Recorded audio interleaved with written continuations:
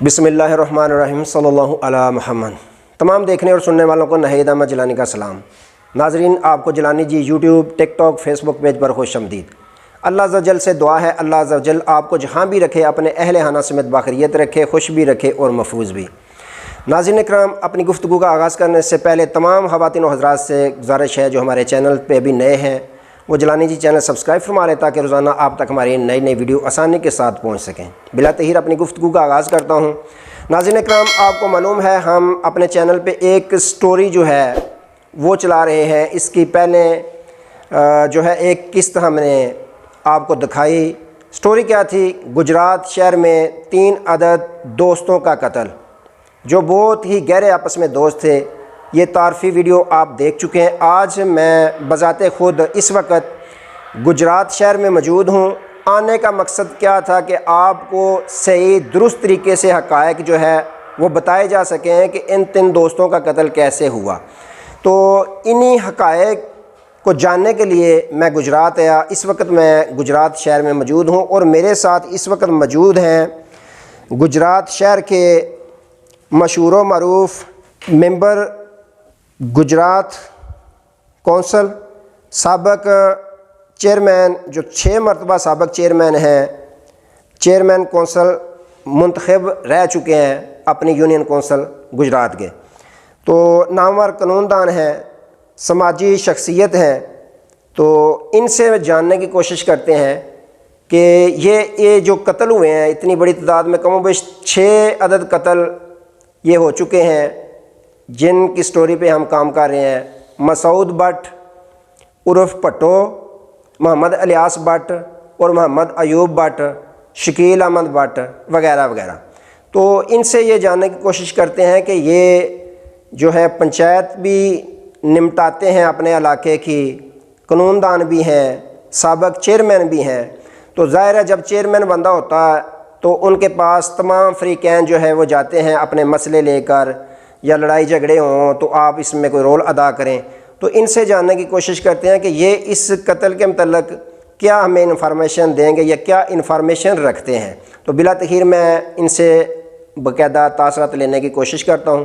السلام علیکم سر۔ جی وعلیکم السلام۔ سر ہمیں یہ فرمائیں کہ ہمارے ناظرین جو ہیں وہ بڑی شدت کے ساتھ ہمارا انتظار کرتے ہیں کہ یہ سٹوری جو انہوں نے شروع کی ہوئی ہے 3 دوستوں کا قتل، اس کے متعلق ہمیں کیا کیا یہ چینل جو ہے یا جیلانی صاحب دکھاتے ہیں۔ تو آج ہم آپ کے پاس حاضر ہی صرف اسی مقصد کے لیے ہوئے ہیں کہ آپ کے پاس ظاہر فریقین آتے جاتے ہیں، آپ پنچایتیں بھی جو ہے نمٹاتے ہیں، تو اس جو 3 دوستوں کا قتل ہے اس کے متعلق آپ ہمارے ناظرین کو کیا بتائیں گے کہ کیا آپ اس کے متعلق جو ہے وہ جانتے ہیں؟ دیکھیں رحمان صاحب، جو میں جانتا ہوں وہ تو اس طرح ہے کہ یہ جو مسعود اختر بٹو ہیں جی، ان کے بھائی محبوب اختر کا جو گھر ہے وہ میری یونین کونسل میں واقع ہے، بلکہ میرے گاؤں میں واقع ہے، بلکہ میرے گھر کے بالکل قریب واقع ہے۔ یہ قریب گھر ہونے کی وجہ سے ان کے جو معاملات ہیں ان کو میں بخوبی جانتا ہوں۔ اس میں یہ مسعود اختر جب مرڈر ہوتا ہے اس سے پہلے ایوب بٹ کا مرڈر ہوتا ہے، اور مسعود اختر اس کے کیس میں بہت زیادہ انوالو ہو جاتا ہے اور اس کو زیادہ اس کی پیروی، بلکہ جو میں جانتا ہوں وہ تو یہ ہے کہ جو ایوب بٹ کے لواحقین ہیں، جو ان کی والدہ ہے، وہ سارا کیس ہی مسعود اختر بٹ پہ چھوڑ دیتی ہیں۔ مسعود اختر اس کے لیے میں چونکہ بینگ اے ایڈوکیٹ میرا کچہری سے بھی تعلق ہے، میں نے دیکھا کہ وہاں کچہری چوک میں بھی انہوں نے ایک دفعہ ایجیٹیشن کیا جس کو لیڈ کر رہا تھا مسعود اختر، اور انہوں نے یعنی کہ اس کے ایوب بٹ کے مرڈر کے ملزموں کی گرفتاری کے سلسلے میں وہ انہوں نے ایک ایجیٹیشن کیا تھا۔ اس کے بعد اپنے دوست کے لیے جی، وہ یعنی کہ اس نے دوستی کم اور اس کو ایسے اپنا درجہ دے دیا تھا، وہ بہت زیادہ محنت کر رہا تھا، ٹھیک ہے۔ اس کے بعد مسعود اختر کا جب مرڈر ہوتا ہے تو وہ مرڈر بھی ایوب بٹ کی فیملی کی طرف سے ہوتا ہے، تو وہ ہمارے علاقے کے لیے جو ادھر کے رہنے والے لوگ ہیں ان کے لیے ایک یہ ایسی بات تھی کہ یہ دیکھیں کہ یہ بندہ تو ان کا اتنا کر رہا تھا، اتنی زیادہ پیروی کر رہا تھا مقدمے کی، اس کو کس وجہ سے مرڈر کر دیا؟ اور وہ مرڈر بھی انہوں نے کیا جن کی یہ پیروی کر رہا تھا، جن کے لیے یہ اپنے آپ کو اتنی مشکلات میں ڈال رہا تھا۔ تو یہ جب آئی تو اس کے لیے تھوڑی سی یعنی کہ پیدا ہوا کہ ارتعاش پیدا ہوا کہ اس کو دیکھیں۔ تو جب ہم اس کے قریب گئے تو پتہ چلا کہ یہ تو سارا ایک صرف اس وجہ سے مرڈر ہو گیا ہے کہ اس جو ایوب بٹ کا مرڈر تھا اس میں چند ہمارے شہر کی اچھی نامور شخصیات، جس میں زیب بٹ بھی آتا ہے، جس میں شیخ صاحب بھی تھے، ان کا نام بھی آتا تھا۔ تو اس یعنی کہ کیا چلا کہ ایوب بٹ کے مرڈر کے بعد اس کیس کے جو ملزمان تھے ان سے یہ جو مسعود اختر بٹو ہے اس نے پیسے لیے ہیں، یہ پیسے لیتا رہا، یہ اس طرح کے، یہ والی بات ہم نے ادھر سنی کہ یہ کیوں مرڈر ہوا ہے۔ اس کی وجہ جب مجھے معلوم کرنے کی آئی تو اس میں یہ وجہ نظر آئی کہ یہ وجہ یہ ایلیگیشن لگایا گیا ہے جو کہ بالکل اس وقت بھی ہر بندے کے زبان پہ تھا کہ یہ غلط ہے، غلط۔ تو جو ہم لوگ اسے جانتے تھے، اس کے سارے سلسلے کو جانتے تھے، اس کے ساتھ یعنی کہ جو دیکھ رہے تھے کہ کتنا انوالو ہے، وہ ان کو بھی یہ چیز نظر نہ آئی، یہ چیز ہضم نہ ہوئی کہ یہ چیز ہے ہی نہیں ہے۔ تو پھر میں اس کے چونکہ میرے بہت قریب بالکل ساتھ، میرے گھر کے بالکل ساتھ اس محبوب اختر کا گھر تھا، تو اس وجہ سے میرا آنا جانا تھا، پوری طرح انوالو تھا۔ میں ان کے جنازے پہ گیا، کل کے ختم پہ بھی گیا، پھر 40ویں کے ختم پہ ایک بات ادھر یعنی کہ پوری محفل میں آن سپیکر پہ ہوئی کہ وہ بات کرنے والے تھے محبوب اختر۔ انہوں نے کہا کہ میرے بھائی پہ پیسے لینے کا الزام لگا ہے اور اس الزام کی وجہ سے اس کو قتل کیا اور کروایا گیا ہے۔ تو میں آج اتنی ساری بڑی محفل میں اعلان کرتا ہوں کہ اگر میرے بھائی نے یہ کام کیا ہے تو اس کو مرڈر ہونا چاہیے تھا، اور میں اگر وہ ثابت ہو جائے تو یہ نظر آ رہا تھا کہ وہ یہ کیس چھوڑنے کو تیار ہے، لیکن پھر جو ملزمان تھے انہوں نے اس پہ کوئی ایکشن، کوئی ایسی ایکٹیو اپنی نہیں نظر شو کرائی کہ وہ اس کو ثابت کریں، کیونکہ زیب بٹ اچھا آدمی ہے، میں اسے جانتا ہوں، ذاتی طور پہ جانتا ہوں۔ اگر اس کو جا کے پوچھا جاتا یا کوئی یہی جا کے کہتے کہ اس نے کوئی دیے پیسے یا وہ اس میں بٹو اس سے کوئی پیسے لینے میں انوالو ہے تو یہ بات اس وقت بھی حل ہو سکتی تھی۔ میں نے بطور شہردار اپنے وسائل سے، اپنے سورسز سے اس سے پتہ کروایا تھا، جو کہ وہ کہتا تھا کہ بالکل آج بھی میں جہاں بھی مجھے بلایا جائے میں کہنے کو تیار ہوں زیب بٹ زندہ ہے۔ زیب بٹ کی بات یہ کرنے کو تیار ہوں کہ وہ کہتا ہے کہ میں نے کبھی کوئی پیسہ مسعود اختر بٹ کو نہیں دیا تھا۔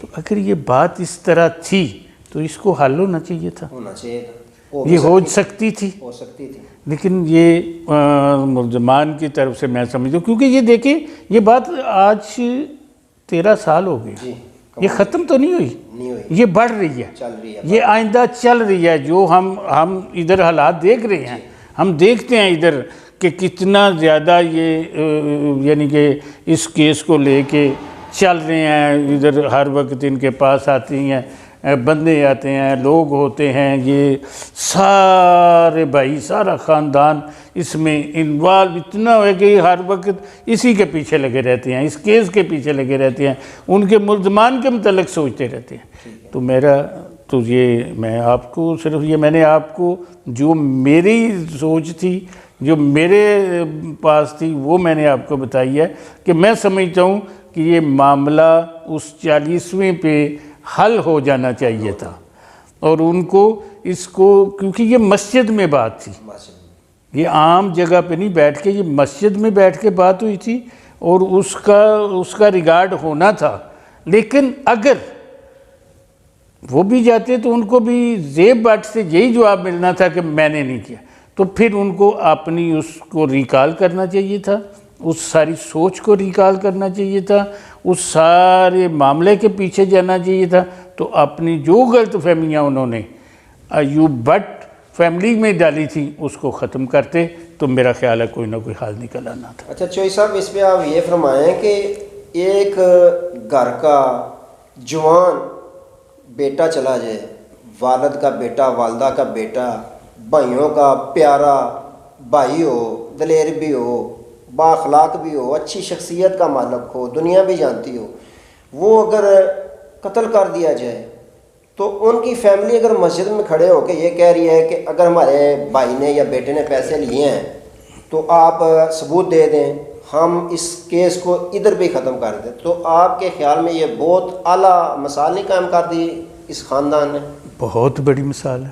تو اس میں پھر آپ کیا رائے دیتے ہیں؟ ناظرین کیا بتاتے ہیں؟ میں تو دیکھیں رن صاحب، آپ کو یہ بات کہہ چکا ہوں کہ یہ معاملہ اتنا 13 سال چل رہا ہے. 13 سال سے ختم تو نہیں نا، یہ آگے بڑھ رہا ہے. جی جی ٹھیک ہے، یہ ختم نہیں ہو رہا. تو یہ تو 40ویں پہ ختم ہونے لگا تھا، اسے ختم ہو جانا چاہیے تھا. یعنی جنہوں نے قتل کیا وہ اگر چاہتے تو ختم ہو سکتا، انہوں نے کرنا تھا نا جی. یہ بات انہوں نے کی تھی، انہوں نے ہی اس کا حل نکالنا تھا، انہوں نے ہی زیب صاحب سے ملاقات کرنی تھی، انہوں نے ہی ان کے بیان کو لے کے آنا تھا. میں سمجھتا ہوں کہ اگر وہ اس وقت جاتے زیب بٹ کے پاس، زیب بٹ نے جو میرے سورسز نے مجھے بتایا وہی انہیں بھی کہنا تھا. اور اگر زیب بٹ کہتا ہے کہ میں نے کچھ نہیں دیا تو یہ غلط فہمی تھی ان کی، یہ ان کی سوچ تھی. یہ اس سوچ کو وہ ختم کرتے، اس سوچ کا کوئی ازالہ نکالتے، اس کا حل نکالتے. کوئی طریقے، بڑے طریقے ہیں دنیا میں. سارا دن ہم یہ بات معاملات اس کو دیکھتے رہتے ہیں، مرڈر ہوتے ہیں، مرڈر کا حل نکلتا ہے. اس کو ایسے دشمنیوں کا سلسلہ نہیں چلنا چاہیے. یہ ہمارے لیے، ہم جو لوگ ہوتے ہیں پنچایت میں ہوتے ہیں یا ایز اے سماجی کارکن کام کرتے ہیں، ہمارے لیے بھی مشکلات ہیں. ہم سمجھتے ہیں کہ یہ ہم دیکھیں، اگر میں آپ کو مثال دیتا ہوں، میں نے اگر رات کو آنا ہے تو میں سمجھتا ہوں محبوب کے گھر میں نہیں جانا رات کو. کیوں نہیں جانا؟ وہ دشمنی والا بندہ، پتہ نہیں ادھر کیا حالات ہیں. تو میرے علاقے میں یہ معاملہ ہے نا، مجھے اس کی ان ملزمان کو شاید اتنا نہ ہو جتنا مجھے ہے، کیونکہ میرے علاقہ میں ان کے پاس یہ ایک جگہ بنی ہوئی ہے، ادھر ان کو یعنی کہ ٹریٹ کرنے کے لیے ان سے کوئی بھی کام کوئی نہیں آیا جاتا. تو ہم نظر آتی ہے کہ ان کی تکلیف نظر آتی ہے، ان کے سارے معاملات نظر آ رہے ہیں. تو اس کے ختم ہونا چاہیے تھا اگر ان میں کوئی بات ہوتی. جی ناظرین اکرام، ہمارے ساتھ موجود تھے سابق چیئرمین چودھری توصیف لیاقت صاحب، جن کی گفتگو آپ نے سماعت فرمائی کہ اس کو اگر جنہوں نے قاتل ہیں جو مسعود احمد بٹ عرف پٹو کے، وہ چاہتے تو اس کیس کو 40ویں کے دن ہی ختم ہو جانا چاہیے تھا. لیکن انہوں نے یہ پروف، یہ ثبوت نہیں دیے کہ پٹو نے زیب بلڈر سے پیسے لیے ہیں. تو ناظرین اکرام، آپ نے یہ آج سنی کہ یہ 3 دوستوں کے قتل کی جو سٹوری پہ ہم کام کر رہے تھے، اس میں جو مرکزی کردار ہے مسعود احمد بٹ عرف پٹو، ان کے متعلق، اور ساتھ جو الیاس بٹ قتل ہوئے ان کے چچا جان، ان کے متعلق آپ نے یہ سنی کہ کس قدر اس کو اتنا لمبا کیا گیا کہ 13 برس گزرنے کے باوجود بھی یہ ابھی تک دشمنی جو ہے وہ ختم ہوتی ہوئی نظر نہیں آ رہی، بلکہ بڑھتی ہوئی نظر آ رہی ہے. تو اللہ تعالیٰ ایسی دشمنیوں سے تمام مسلمانوں کو محفوظ رکھے. اللہ تعالیٰ ملک پاکستان کو امن کا گہوارہ بنائے. آج تک یہ اتنا ہی. دوبارہ نئے موضوع کے ساتھ، اسی سٹوری کے ساتھ انشاءاللہ دوبارہ آپ کے ساتھ ملاقات ہوگی. تب تک انتظار کیجیے اور ہمیں اجازت دیجیے. اللہ حافظ.